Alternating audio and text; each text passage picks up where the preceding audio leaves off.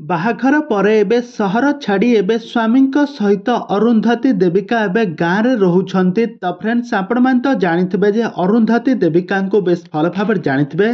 ତାଙ୍କର ବାହାଘର ହୋଇସାରିଛି। ବାହାଘର ପରେ ସେ ତାଙ୍କ ସ୍ୱାମୀଙ୍କ ସହିତ ଏବେ ଗାଁରେ ବିଲରେ ଚାଷ କରୁଥିବାର ନଜରରେ ଆସିଛନ୍ତି। ତେବେ ଦର୍ଶକ ବନ୍ଧୁ, ଏ ସମ୍ପର୍କରେ କ'ଣ ରହିଛି ଅଧିକ ଅପଡେଟ୍, ଆସନ୍ତୁ ଆଜିର ଏହି ଭିଡ଼ିଓ ମାଧ୍ୟମରେ ଜାଣିବା। ତ ସେଥିପାଇଁ ଆପଣମାନେ ଆଜିର ଭିଡ଼ିଓଟିକୁ ପୁରା ଶେଷ ପର୍ଯ୍ୟନ୍ତ ଦେଖନ୍ତୁ।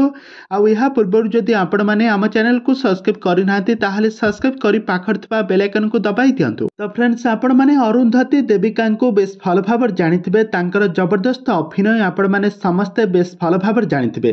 ସେ ବର୍ତ୍ତମାନ ସମୟରେ ତାଙ୍କ ସ୍ୱାମୀଙ୍କ ସହିତ ଏବେ ଗାଁରେ ରହୁଥିବାର ନଜରରେ ଆସିଛନ୍ତି। ତ ଫ୍ରେଣ୍ଡସ୍, ଆମେ ବର୍ତ୍ତମାନ ସମୟରେ ଆଜି ଆସନ୍ତୁ ଜାଣିବା ଯେ ଅରୁନ୍ଧତୀ ଦେବିକାଙ୍କ ବିଷୟରେ କିଛି ଅଜଣା କଥା। ତେବେ ଦର୍ଶକ ବନ୍ଧୁ, ଆପଣମାନେ ତ ଅରୁନ୍ଧତୀ ଦେବିକାଙ୍କୁ ବେଶ ଭଲ ଭାବରେ ଜାଣିଥିବେ। ସେ ବହୁତ ସାରା ଓଡ଼ିଆ ସିରିଏଲରେ ଅଭିନୟ କରିଛନ୍ତି, ବହୁତ ସାରା ମ୍ୟୁଜିକ୍ ଭିଡ଼ିଓରେ ମଧ୍ୟ ଅଭିନୟ କରିଛନ୍ତି। ତାଙ୍କ ଅଭିନୟକୁ ଦର୍ଶକମାନେ ବହୁତ ପସନ୍ଦ କରନ୍ତି। ଗତ ଦିନମାନଙ୍କରେ ଅରୁନ୍ଧତୀ ଦେବିକାଙ୍କର ତାଙ୍କ ସାନ ଭଉଣୀଙ୍କର ବାହାଘର ସରିଥିଲା। ଆଉ କିଛି ମାସ ପୂର୍ବରୁ ତାଙ୍କ ମାଆଙ୍କର ମଧ୍ୟ ମୃତ୍ୟୁ ହୋଇଯାଇଥିଲା। ମାଆଙ୍କ ମୃତ୍ୟୁରେ ଅରୁନ୍ଧତୀ ଦେବିକା ଭାଙ୍ଗି ପଡ଼ିଥିଲେ।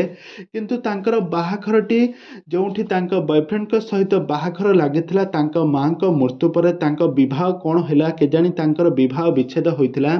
ଦୁହିଁଙ୍କ ମଧ୍ୟରେ ଆଉ ବାହାଘର ହୋଇନଥିଲା। ଆଉ ଏହାପରେ ତାଙ୍କ ସାନ ଭଉଣୀଙ୍କର ବାହାଘର ସରିଯାଇଛି।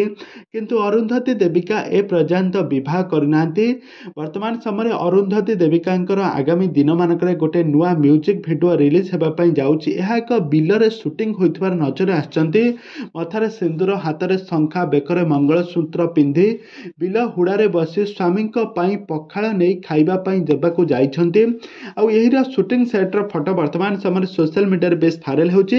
ତେବେ ଦର୍ଶକ ବନ୍ଧୁ, ଆପଣମାନଙ୍କୁ ଅରୁନ୍ଧତୀ ଦେବିକା କେମିତି ଲାଗନ୍ତି ଆଉ ତାଙ୍କର ଆକ୍ଟିଂ ଆପଣମାନଙ୍କୁ କେମିତି ଲାଗେ, ଆମକୁ ନିହାତି ଭାବେ କମେଣ୍ଟ ବକ୍ସରେ କମେଣ୍ଟ କରନ୍ତୁ।